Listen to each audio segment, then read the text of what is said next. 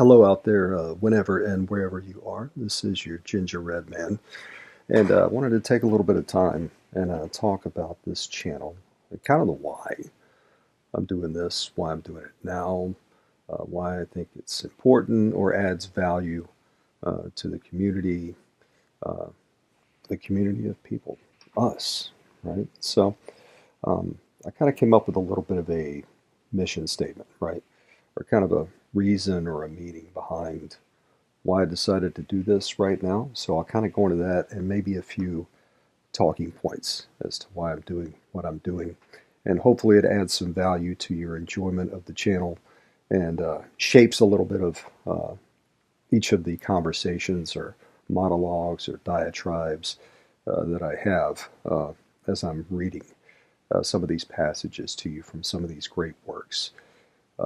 So let's go. Here's kind of the mission statement or the why. So, foster the exploration of individual thought and imagination. Remind that the technological evolution always hinged on and relied on human vantage. And embrace that our frailty and joy serve as our authenticity. That's it. That's it, simply put. And kind of going into the why associated with some of those and breaking down a little bit what's going on there. So, foster the exploration of individual thought and imagination. Why is that important? Well, I'm a father. I have children of various ages, and I've been around for a little while and done some things. And I see in my job, I see in my life, and I see in the raising of my kids that as we move forward, as our communication kind of changes and adapts, and over time, it seems like we've gone from very, very long form discussion about things, about the world, about our engagement with it, about what we do within it, and including the way that we entertain ourselves has evolved along those lines too. And everything has seemed to kind of go from big or long form to small or short form. And there's a lot of artistry that's lost there. There's a lot of communications pieces that can be lost there. Our ability to hold attention, to captivate each other, to be engaged with each other in a back and forth stems from our ability in a lot of ways to pull long form information down, take the time to sit with it, take the time to invest in the words that are being said and the meaning behind them. And as we move forward, things get faster, communication gets shorter, communication changes and adapts, and maybe what you are wanting to happen, what you are wanting to convey, still gets across, but the artistry and the human interaction and engagement changes and slips away, disappears a little bit. And a lot of that is from individual thought and imagination.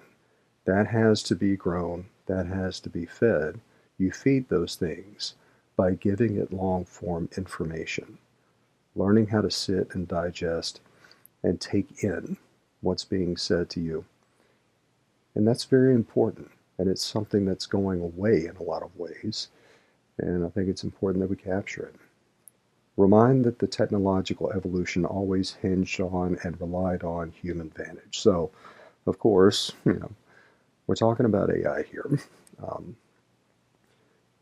And a lot of our entertainment, a lot of what we are investing in is associated with these AI generated images, conversations, things like that.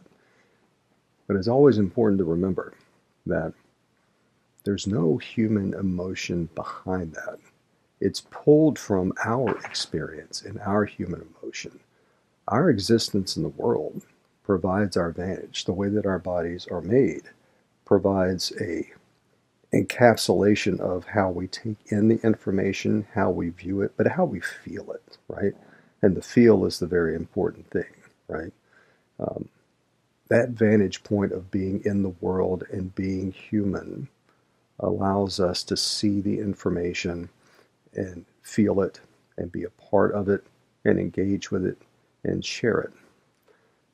The AI needs our human vantage in order to express the semblance of human emotion or what it thinks you will engage with, right? So it seems to me to be very important to have human to human interaction where there is going to be mistakes, there's going to be slips, there's going to be clarification, but it also allows your brain, that big brain that is full of imagination, to be able to take in the words that are being said and invent your own world that your mind's eye is seeing.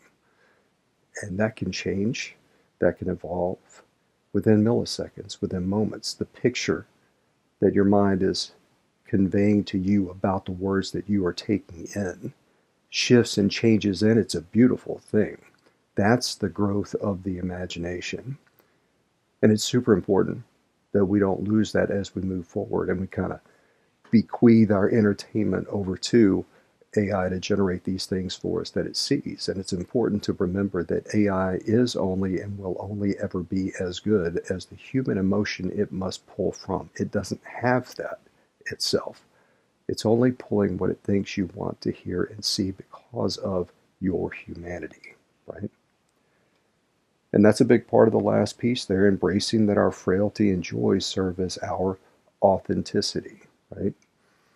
Authentic, being yourself, living inside of a human body, and all the experience that comes along with that, all the pain and all the joy, all the triumph, all the heartache, all of those things that make up being human, that constitute trying to move through this world in a way where you know that you're frail, but you know you can be strong, and you know you can do things, and you know you can't, and you know you can try to strive to do better and build yourself better, be a better person, be a better listener, be a better communicator, and try to strive in a way that is good for humanity, right?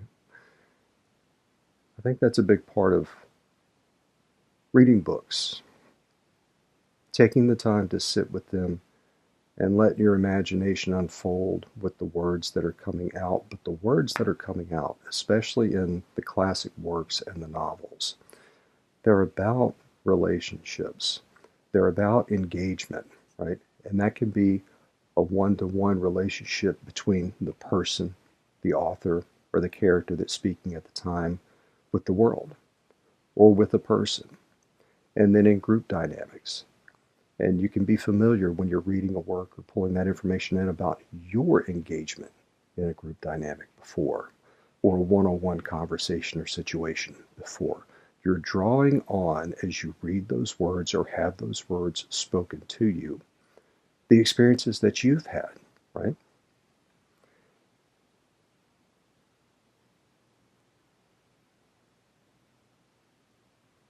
And it's a very important thing, in my opinion, to continue to use long form communication and entertainment. Books, right?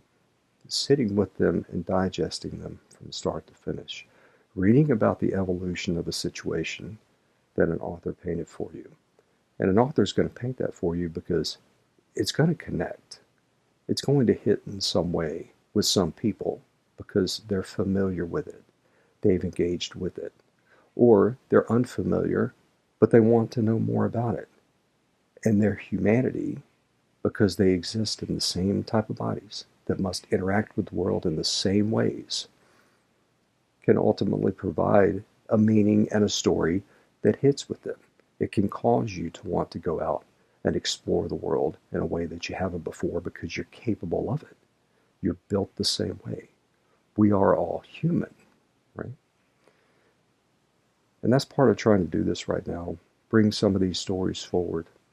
A lot of long form is getting lost. A lot of books that once were, read prolifically by our younger generations are going away. Um, so it's important to sit with them. But I think,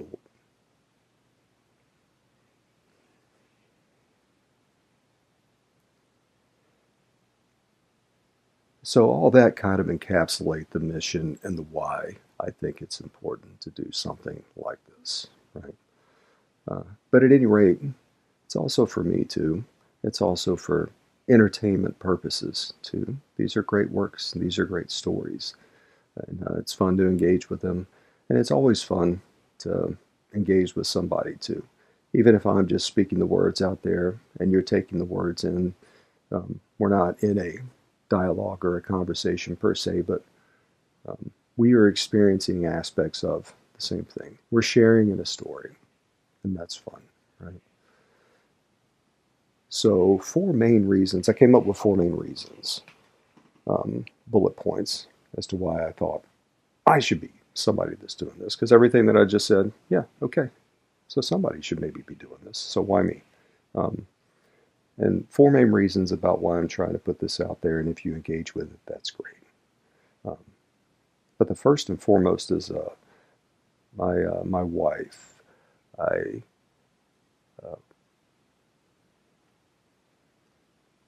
Number one, first and foremost, my wife. So she enjoys me reading to her. And a lot of times I would read her off to sleep, and she would enjoy that. She says I have a soothing voice, a nice voice to listen to, read books, and read ideas as you drift off to sleep. And a lot of times I would be reading to her, and I would get through a book to chapter 4 or 5 or what have you.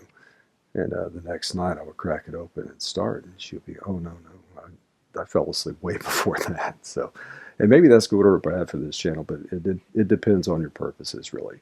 If you want to engage with this channel to have somebody read you off to sleep, that's perfectly fine. If I'm the person who can do that, that's perfectly fine, and I'm happy to do that. Number two, tech override.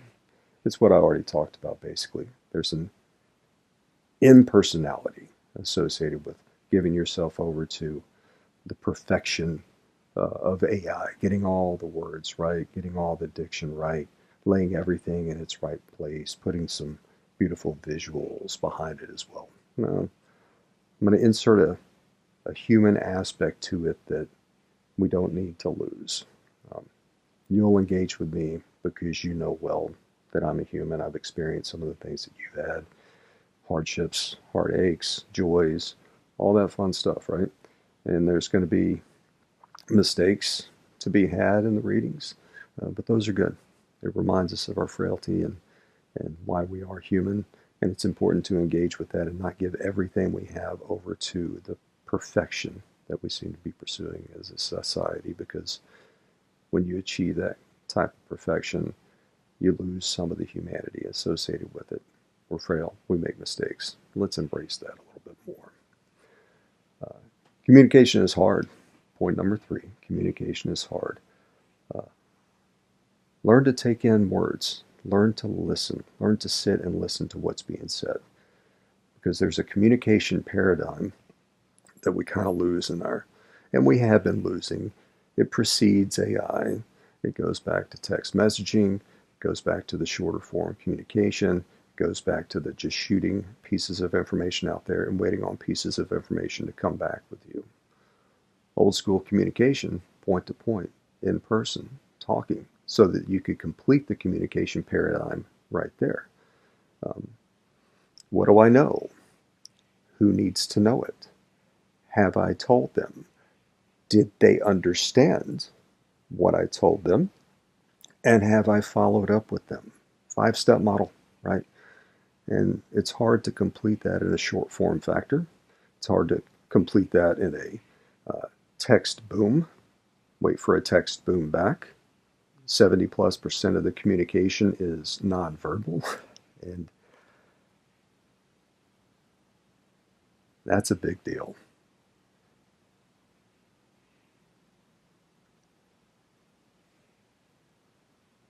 And number 4, sometimes people need things, right? And maybe this is a thing that some person needs. And if so, if I can be the purveyor of that, that's great. But anyways, that's me. It's kind of why I'm here. Hope you tune in and enjoy. And I hope to be one of those things for you as you need. But thanks for having me.